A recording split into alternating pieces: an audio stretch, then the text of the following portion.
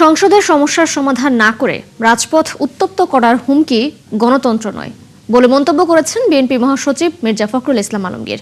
সকালে television editors council TEC আয়োজিত সেমিনারে তিনি অভিযোগ করেন 5 মাস না যেতেই সরকারকে নানাভাবে অস্থির করছে বিরোধী দল।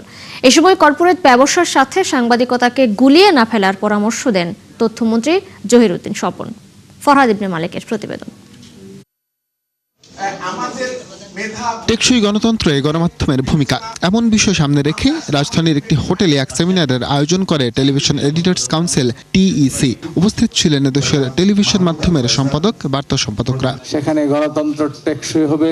সেমিনারে বক্তারা বলেন, গণমাধ্যম রেল লাইনের দুটি লাইনের মতো, এদের মাঝে একটি দুর্বল হয়ে পড়লে রাষ্ট্র ব্যবস্থা ধ্বংস হয়ে যায়। গণতন্ত্র ও গণমাধ্যমকে একটি রেল লাইনের দুটি সমান্তরাল লাইনের সাথে তুলনা করা যায়। এদের মধ্যে যে কোনো একটি দুর্বল হয়ে পড়লে রাষ্ট্র ব্যবস্থা ভারসাম্য নষ্ট হয় এবং গণতন্ত্র প্রকৃত উদ্দেশ্যে অর্জনে ব্যর্থ হয়। রাষ্ট্র টিকে থাকে শক্তি দিয়ে নয়, আস্থা দিয়ে। আর সেই আস্থার সবচেয়ে নির্ভরযোগ্য ভিত্তি স্বাধীন, দায়িত্বশীল ও পেশাদার গণমাধ্যম। আমাদের যে সম্পাদকীয় নীতিমালা বা যে সংবাদ তৈরি হবে, সেই সংবাদটি যেন সম্পাদকীয় ডেস্কেই তৈরি হয়। এটি যেন কোনো রাজনৈতিক অফিস, কোনো প্রশাসন কিংবা কোনো মালিকানার অফিস যেন তৈরি না হয়। অনুষ্ঠানে ৭১ টিভির COO and head of news Shafiq Ahmed সবাইকে অপতথ্যের বিরুদ্ধে কাজ করার আহ্বান জানান। গণমাধ্যমে নানা ধরনের ছবি, এআই দিয়ে তৈরি করা ছবি, ডিপ ফেক এবং একজনের ছবি আর একজনের সাথে জোড়া লাগিয়ে এমন কারসাজি করে সেটি উপস্থাপন করা হয়। ব্যক্তি, রাজনীতিবিদ এবং সমাজের বিভিন্ন শ্রেণী পেশার মানুষের সাথে এটা হচ্ছে। এটা আমরা আজকের এই অনুষ্ঠান থেকে আমরা যদি সবাই একটু দায়িত্ব নিয়ে কাজটা শুরু করতে পারি, তাহলে হয়তোবা এই অপতথ্য গুজব মোকাবেলা করা সম্ভব এবং বাংলাদেশের মানুষকে গুজবের হাত থেকে রক্ষা করার দায়িত্ব গণমাধ্যমের। তথ্যমন্ত্রী জহিরুদ্দিন স্বপন জানান, দ্রুতই সরকার একটি টেকসই, দায়িত্বশীল ও স্থিতিশীল গণমাধ্যম প্রতিষ্ঠা করতে প্রতিশ্রুতিবদ্ধ। মালিক পক্ষ বনাম সাংবাদিক তা না, বরঞ্চ অপতথ্য বনাম সঠিক তথ্য, মিথ্যা বনাম সত্য এবং অসৎ সাংবাদিকতা বনাম বস্তুনিষ্ঠ সাংবাদিকতার লড়াই হচ্ছে এই মুহূর্তের বড় চ্যালেঞ্জ। মাননীয় প্রধানমন্ত্রীর পক্ষ থেকে আস্থা নিয়ে বলতে চাই যে আমরা খুব দ্রুত টেকসই এবং গতিশীল, দায়িত্বশীল, সর্বোচ্চ স্বাধীনতা ভোগকারী গণমাধ্যম প্রতিষ্ঠা করতে দৃঢ় প্রতিজ্ঞ। এ সময় স্থানীয় সরকার মন্ত্রী ও বিএনপি মহাসচিব মির্জা ফখরুল ইসলাম আলমগীর সরকারের 5 মাস না যেতেই অনেকে শেখ হাসিনার মতো কথা বলতে শুরু করেছেন বলে মন্তব্য করেন। 3 মাস 4 মাস গেল না, আমরা এখন রাস্তায় নেমে গেছি। রাস্তায় নেমে আমরা বলছি যে সরকার ব্যর্থ, এই মুহূর্তে পদত্যাগ করতে হবে। আমরা বলছি যে 5 বছর যেতে দেবো না, একদম ফ্যাসিস্ট ভাষায়, আওয়ামী লীগের ভাষায় কথা বলা হচ্ছে, হাসিনার ভাষায়, যে 5 বছর যেতে দেবো না, আগেই শেষ করে দেবো। গণতন্ত্র প্রতিষ্ঠায় রাজপথে কথা না বলেই সংসদে কথা বলার আহ্বান জানান বিএনপি মহাসচিব। আপনি পার্লামেন্টে আসেন, পার্লামেন্টের কথাগুলো বলেন, বলা হয়েছে পার্লামেন্টের কথা। আপনার জুলাই সনদ নিয়ে কথা আছে, গণভোট নিয়ে কথা আছে, এগুলো পার্লামেন্টেই সমাধান করা যায়। কিন্তু আমরা দেখেন, আমাদের যারা আমরা গণতন্ত্রের কথা বলি, আমরা যুদ্ধ করি, সংগ্রাম করি, লড়াই করি, আমরাই তো এটা মানতে চাই। এছাড়া নিজেদের স্বার্থে গণমাধ্যমের সবাইকে এক হওয়ারও পরামর্শ দেন তিনি। ফরহাদ ইবনে মালিক, ৭১, ঢাকা। আওয়ামী লীগকে রাজনীতি করার সুযোগ দেয়া ঠিক হবে না বললেন জামায়াতের আমির ডাক্তার শফিকুর রহমান। বাগেরহাট সার্কিট হাউসে সাংবাদিকদের সঙ্গে বিনিময় সভায় কথা বলেন তিনি। বিরোধী দলীয় নেতা ডাক্তার শফিকুর রহমান আরও বলেন, 24-এর গণহত্যার জন্য দুঃখ প্রকাশ করেনি এখনো পর্যন্ত আওয়ামী লীগ। এ নিয়ে তাদের কোনো অনুশোচনা নেই, তাই রাজনীতিতে তাদের সক্রিয় করা অন্যায় হবে।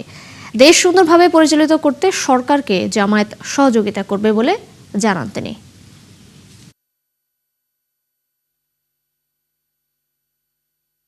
এখনো মিডিয়া পুরোপুরি স্বাধীন, আপনারা বলতে পারবেন, আপনারা আমার চেয়ে বড় সাক্ষী, আমি বলতে যাচ্ছি। আমরা যতই চিৎকার দিই, সকল আমলের সকল সরকার চিৎকার দিয়েছে মিডিয়া সম্পূর্ণ স্বাধীন, আমি একবারও বিশ্বাস করি নাই, এখনো বিশ্বাস করি। মাত্র 5 মাসে যদি অতীতের গ্যাস পায় জনগণ প্রায় 36 বছর হয়ে গেছে, সেই সময়ের দামের 1.5 গুণ হয়ে যায়, আর প্রতি মাসে এইভাবে বাড়তে থাকে, এটা গিয়ে দাঁড়াবে। ক্ষমতাচ্যুত প্রধানমন্ত্রী শেখ হাসিনা দেশে ফিরে আইনের প্রতি শ্রদ্ধা রেখেই চলবেন, এমন প্রত্যাশা সবাই করছে। মন্তব্য করেছেন আইনমন্ত্রী মোহাম্মদ আসাদুজ্জামান। শুক্রবার সকালে ঝিনাইদহের শৈলকুপা উপজেলা পরিষদ মিলনায়তনে শিল্পী মুস্তফা মনোয়ারের স্মরণ সভায় তিনি কথা বলেন। এ সময় আইনমন্ত্রী আরও বলেছেন, দেশের বিচার বিভাগের সবচেয়ে বড় সংকট দেশে মানবিক মূল্যবোধ সম্পন্ন বিচারকের খুব অভাব।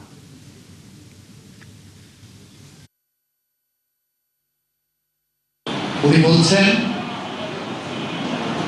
উনি ডিসেম্বরে আসবেন। আমিও বিশ্বাস করতে চাই উনি ডিসেম্বরে এসে কারাগারে যান, আইনের পথ ধরে হাঁটুক।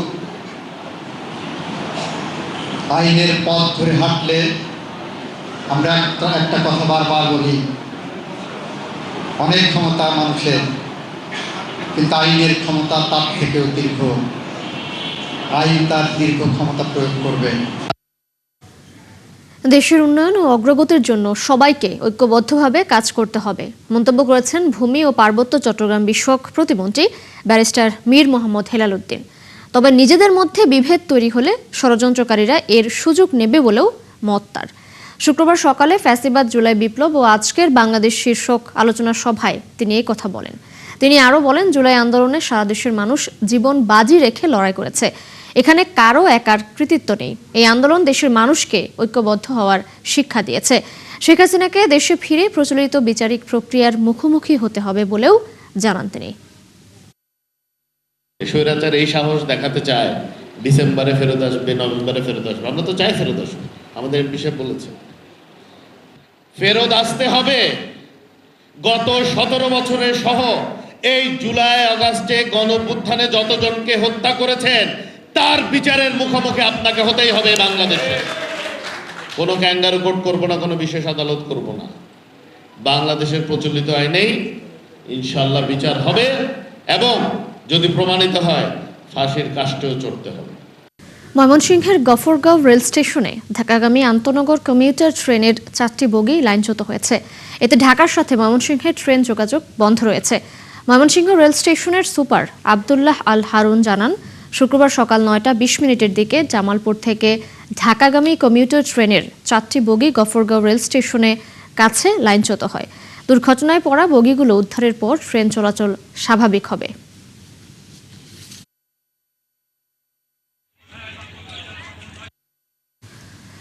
সড়কের নিরাপত্তায় 12 দফা সুপারিশ করেছে জনকল্যাণমুখী সংগঠন নিরাপদ সড়ক চাই।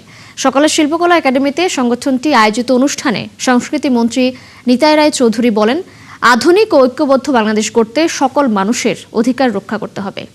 আরও জানাচ্ছেন সিফাত ফারুকী। নিরাপদ সড়কের দাবিতে 33 বছরের পথচলায় এই সমাবেশে সড়ক, রেল ও নৌপথের নিরাপত্তা নিশ্চিতকরণে জাতীয় কর্মপরিকল্পনা, বাস্তবায়িত 12 দফা সুপারিশ উপস্থাপন সহ নিরাপদ বাংলাদেশ বিনির্মাণে করণীয় বিষয়ে আলোচনা হয়। অনুষ্ঠানে সংগঠনের প্রতিষ্ঠাতা চেয়ারম্যান অভিনেতা ইলিয়াস কাঞ্চন বলেন, কেউ কারো প্রতিপক্ষ নয়। নিরাপদ সড়ক বাস্তবায়নে দেশবাসীকে সচেতন সহ সরকারের সহযোগিতা কামনা করেন তিনি। আমরা একে অপরের প্রতিপক্ষ নই, আমরা সবাই মানুষের জীবন রক্ষার সহযোদ্ধা। আমার স্বপ্ন আপনাদের কাছে দিয়ে গেলাম।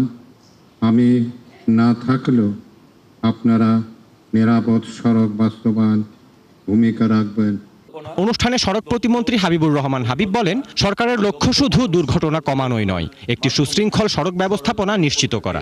বর্তমান সরকার একটি আধুনিক, নিরাপদ, জবাবদিহিমূলক যোগাযোগ ব্যবস্থা গড়ে তোলার লক্ষ্যে কাজ করছে। সড়ক নিরাপত্তা ব্যবস্থাপনাকে শক্তিশালীকরণ, ট্রাফিক ব্যবস্থা আধুনিকায়নকরণ এবং সচেতনতা বৃদ্ধির মাধ্যমে একটি টেকসই ও নিরাপদ পরিবহন ব্যবস্থা গড়ে তুলতে সরকার বদ্ধপরিকর। এ সময় নিরাপদ সড়ক প্রতিষ্ঠায় নিশ্চার অবদানের কথা তুলে ধরে সংস্কৃতি মন্ত্রী বলেন, প্রতিষ্ঠা লগ্ন থেকেই দেশে নিরাপদ সড়ক ও নিরাপদ বাংলাদেশ বিনির্মাণে নিরলসভাবে কাজ করে আসছে সংগঠনটি। নিরাপদ সড়ক নিশ্চিতে কার্যকরী পদক্ষেপ গ্রহণে সরকারের সহযোগিতার প্রতিশ্রুতিও দেন তিনি। এটা কারোরই কোনো ব্যক্তিগত দাবি নয়।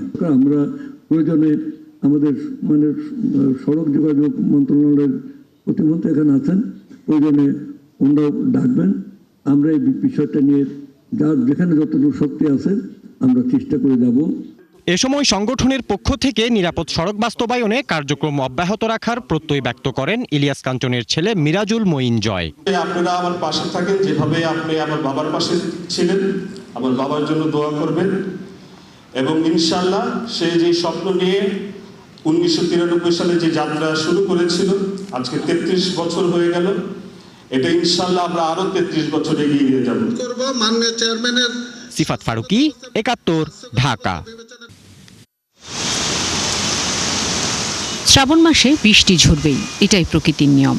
সে নিয়ম মেনে আগামী 5 দিন বৃষ্টিপাত হবে খুলনা, বরিশাল, সিলেট বিভাগের অধিকাংশ জায়গায়। পূর্বাভাস দিয়েছে আবহাওয়া অফিস, যা চলতি মাসের মধ্যভাগে এসে বাড়বে। যে বৃষ্টিপাত এ সপ্তাহ জুড়েই থাকবে। কখনো কখনো এই ক্যাটাগরি চেঞ্জ হতে পারে, কখনো হালকা থেকে মাঝারি, সেখানে হয়তো বা কোনো কোনো জায়গায় বিচ্ছিন্নভাবে মাঝারি থেকে ভারী বৃষ্টিপাত হতে পারে। তবে এই বৃষ্টিপাতের তীব্রতা একদম বেশি থাকার সম্ভাবনা কম। এ সপ্তাহের শেষের দিকে আমি বলেই দেই যে সিলেট এবং চট্টগ্রামে বৃষ্টিপাতের তীব্রতা প্রতিদিনই একটু বেশি থাকবে, খুলনা বরিশালও থাকবে। তাছাড়া 13 তারিখের পর থেকে বিশেষ করে রংপুর, ময়মনসিংহ এবং সিলেটে বৃষ্টিপাতের তীব্রতা পুনরায় একটু বৃদ্ধি পেতে পারে। ভারী বৃষ্টি হলেও গরম কমবে না। বৃষ্টিপাতে নিম্নাঞ্চল প্লাবিত হলেও নেই বন্যার শঙ্কা। নিম্নাঞ্চল প্লাবিত হলেও আগামী 5 দিন কোনো নতুন কোনো বন্যা পরিস্থিতির সম্ভাবনা নাই। জাস্ট ওয়ার্নিং লেভেলে যাবে আর কি। ওয়ার্নিং লেভেলে গেলে জাস্ট নিম্নাঞ্চল যেগুলো আছে এগুলোই প্লাবিত হতে পারে, এক্সট্রিম লেভেলের কোনো বন্যার সম্ভাবনা নাই। শুধু বন্যায় নয়, আবহাওয়া অফিস বলছে এখন পর্যন্ত ঘূর্ণিঝড়ের কোনো পূর্বাভাস নেই। শারমিন নীরা, ৭১, ঢাকা। দর্শক, চলছে সংবাদ সংযোগ। সরাসরি সংবাদ অনুষ্ঠান দেখতে চোখ রাখুন ৭১-এর ফেসবুক পেজে এবং সাবস্ক্রাইব করুন ৭১-এর ইউটিউব চ্যানেল। থাকুন ৭১-এর সাথে।